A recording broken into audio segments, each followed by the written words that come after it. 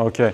Next drill, we're gonna work with numbers. So this cone is 1, that is 2, this is 3, this is 4. I'm gonna call out a number, you're gonna touch the cone, and you're gonna catch the ball. And also with the ball, you're gonna count. So still +1, -1. But you guys can start easier, first with just the numbers, then the numbers and catching the balls, and then at the end, numbers, catching the balls and counting. So that's the whole progression. With Gaetan, I'm gonna go straight to the last progression. Okay, ready? 1, 4, 2, 2, 3, 1. Why this emphasis on counting? Because I activate the parietal lobe, which is very important also for counting, but also it processes all the proprioception. So all the information coming in from the receptors, from the body, the muscles, the joints, is processed there. So that's why I want to trigger a lot of that brain area. Okay. Now, instead of the numbers, I'm going to use with 4 different colors of cones.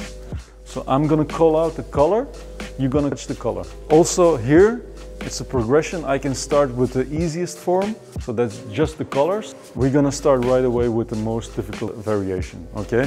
So colors, tennis balls, counting. And go.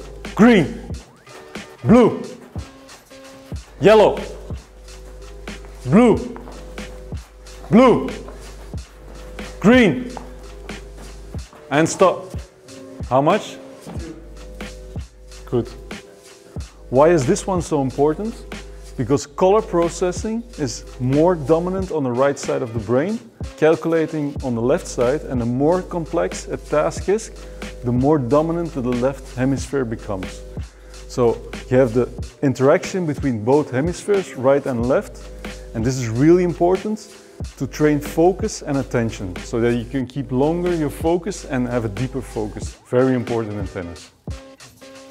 A more advanced progression, now there's also a 5. So if I say 5, you go to the opposite cone as the last cone you touched. So if I say, for example, 1, and then I say 5, then you go to 3. Okay? Always diagonal.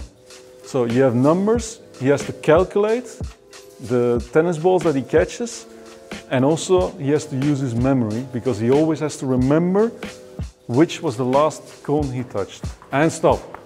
How much? 0. Yes. Next progression. Now there's also a 6. So where 5 is diagonal, 6 is straight backwards or forward. Yes? If I say 1 and I say 6, then you have to go to 2. So 5 diagonal, 6 straight. 1, 6, 2, 5,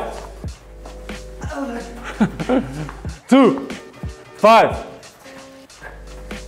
and stop. How much? 4. Yes, extremely difficult. So use your creativity. When you work with these drills, the more variation, the better. Nothing is wrong.